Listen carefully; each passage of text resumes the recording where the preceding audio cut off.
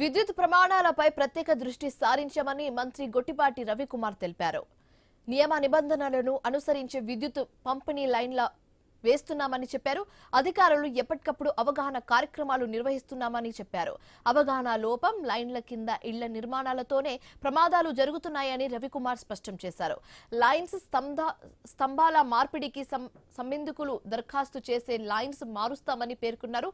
AP అసెంబ్లీలో MLA లోకం నాగమాధవి అడిగిన ప్రశ్నకు మంత్రి గొట్టిపాటి సమాధానమిచ్చారు. ప్రస్తుతం ఉన్న electrical distribution network prescribed construction standards and safety నార్మ్స్కు అనుగుణంగా ఏర్పాటు చేయటమైంది సార్.